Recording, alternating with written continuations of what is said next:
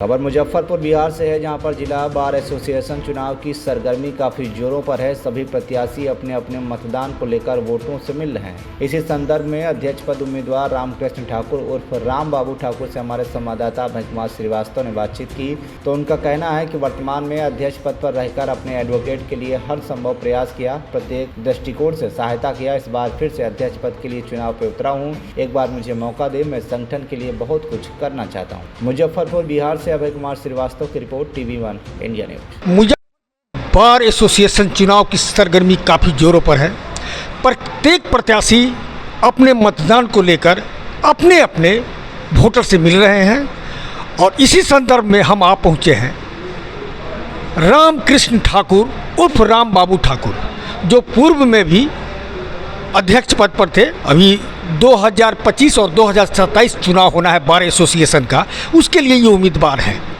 आइए उनसे बात करते हैं और जानना चाहते हैं कि जब तक वो अध्यक्ष पद पर रहे अपने बार एसोसिएशन के लिए क्या कुछ किया, साथ ही साथ 2025 और 2027 के बीच में क्या उनकी स्ट्रेटजी है, क्या उनका डायग्राम बनाए हुए हैं बार एसोसिएशन के लिए। इन मुद्दों पर भी हम बात करेंगे। आइए उनसे बात करते हैं और जानना चाहते हैं। सबसे पहले आप अपना परिचय दीजिए।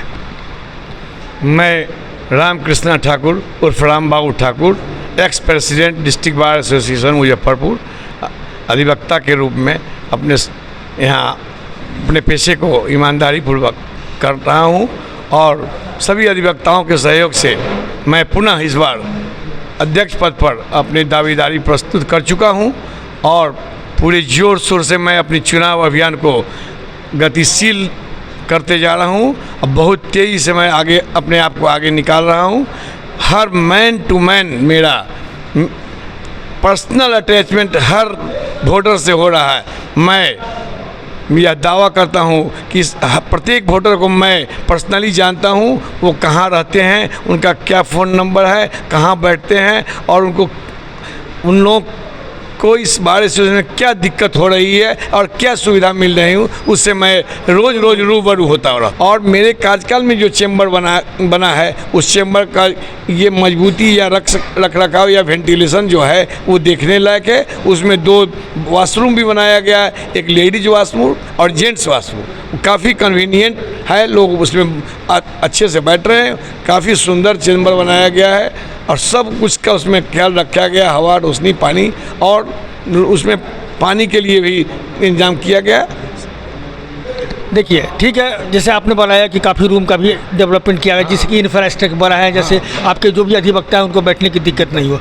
बहुत ऐसे अधिवक्ता हैं जो काफ़ी परेशान रहते हैं, तो उनके लिए आपने क्या सोच रखा है? क्या चीज़ परेशान रहते हैं हर दृष्टिकोण से। देखिए, उनके अपना लिविंग स्टैंडर्ड है, पारिवारिक है, उसके लिए आपने क्या सोच रखा है?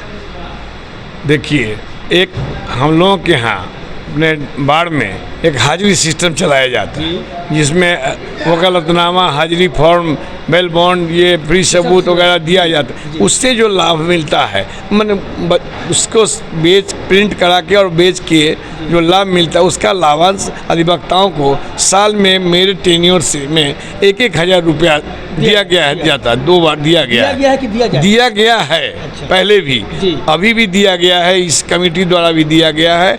और मेरे टेन्योर में हर महीने उसका जो लाभांश होता था, हर अधिवक्ता के हर टेबल पर उसको रिसीव कराया जाता था और हर लोगों को डायरी टेबल पहुंचाया जाता था और लाभांश मिला है। और मैं पुनः अगर मौका मिला मुझे अध्यक्ष बनने का, तो मैं वादा करता हूं कि चुन के आता हूं और लोग मुझे अध्यक्ष बनाता है, तो मैं इस बार अधिवक्ताओं के ट्रीटमेंट के लिए मैं 5 लाख रुपए का मेडिक्लेम कराऊंगा। हाजिरी सिस्टम से जो पैसा लाभांश मिलता है, उस लाभांश को अगर हमारा अधिवक्ता लोग मेरी बात को माने और उस सिस्टम को अपडेट करने में मदद करे और उससे जो पैसा आएगा उससे अधिवक्ताओं के लिए मैं चाहता हूं कि बढ़िया 2-3 हॉस्पिटल से DVA को टैग करके अधिवक्ताओं के इलाज के लिए सारा सुविधा का इंतजाम किया जाए। प्रशासनिक और पॉलिटिकल काफ़ी दबाव रहता है, उस पर क्या करेंगे आप? प्रशासनिक और पॉलिटिकल कोई दबाव एसोसिएशन पर नहीं रहता है।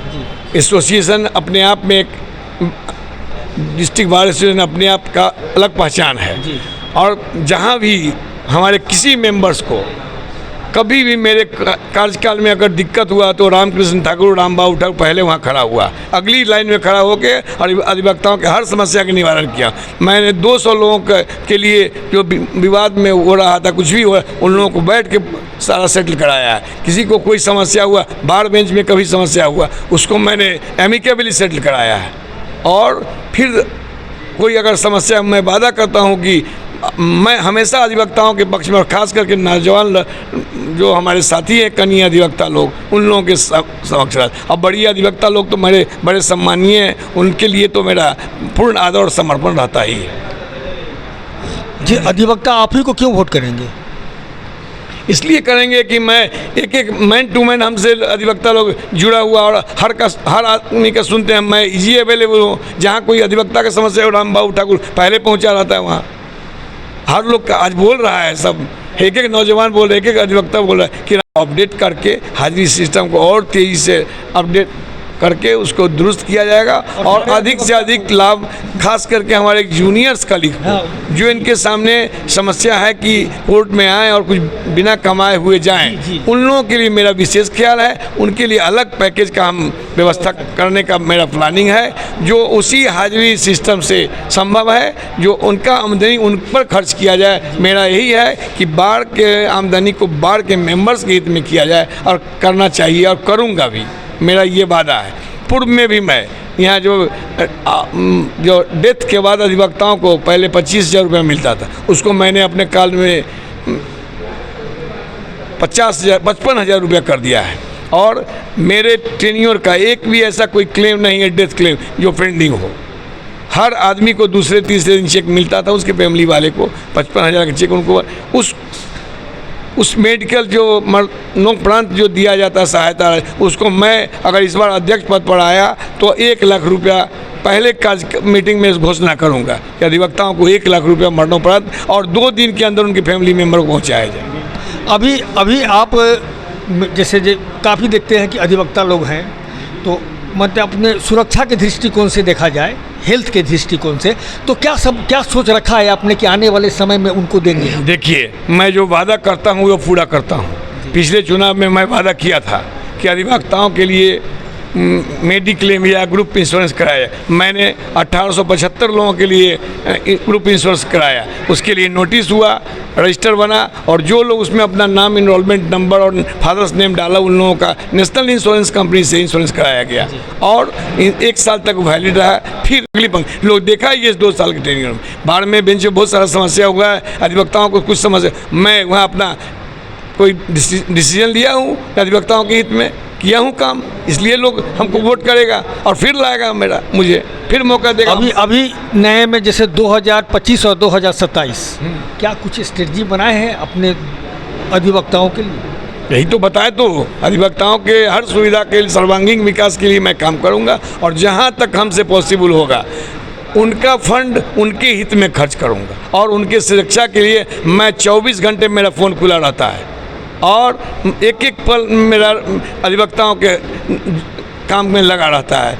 मेरा अपना कोई काम नहीं है, मेरा कोई अपना व्यापार नहीं, केवल अधिवक्ताओं के लिए ही मेरा टाइम है, और फुल टाइम उन लोगों पर देता हूँ। जहाँ जिसकी ज़रूरत होती है, 50-50 मीटर का दौरा करके हम जाते हैं अधिवक्ताओं का हालात पूछने के लिए, किस समस्या में खड़ा होता है। सारी समस्याओं का सारी समस्याओं का समाधान करता हूँ, प्रयास नहीं करता हूँ। कोई एडमिनिस्ट्रेशन से मामला हो या जुडिशियरी से मामला या कोई पर्सनल उनका है, सॉल्व करता हूँ और करूँगा। मैं तो सेवक हूँ, सेवा करता हूँ और सेवा करूँगा। अपने वोटरों से क्या कहना चाहेंगे? वोटरों से यही अपील करता हूं कि इस तरह से मुझे मौका दिया है, और 2 साल 4 महीने में जो मेरा जांच किया, उस जांच का फिर से रिजल्ट हमको दे। हम और सबके लिए हम समान रूप से उसी तरह से उपलब्ध रहूँगा। हर लोगों का सुनता हूँ, सुनूंगा, और समस्या का निवारण करता रहूँगा, सेवा करता रहूँगा सेवक के रूप में। हम बार के अध्यक्ष के रूप में नहीं, हम अधिवक्ताओं के सेवा के लिए सेवक के रूप में खड़ा रहता हूँ, रहूँगा। देखिए, बहुत बड़ी बात इन्होंने बोली है कि अगर पिछले वर्ष भी इन्होंने थे अध्यक्ष पद के, उन्हें काफ़ी सम्मान दिया गया था। इन्होंने अपने मुजफ्फरपुर बार एसोसिएशन के लिए जितना संभव बन पड़ा इन्होंने अपने अधिवक्ताओं के लिए किया। एक बार फिर इनका कहना है कि एक बार जो बची हुई त्रुटियां हैं उन सारी त्रुटियों को दूर करके वो बार एसोसिएशन के हित के लिए और एक एक जन के लिए यह कार्य करेंगे। ये आने वाला समय बताएगा, आज 9 तारीख बताएगा कि क्या स्थिति बनती है और ये कितना ये सहयोग कर पाते हैं। सहयोगी के साथ Abhay Kumar Srivastava, TV1 India news, Muzaffarpur.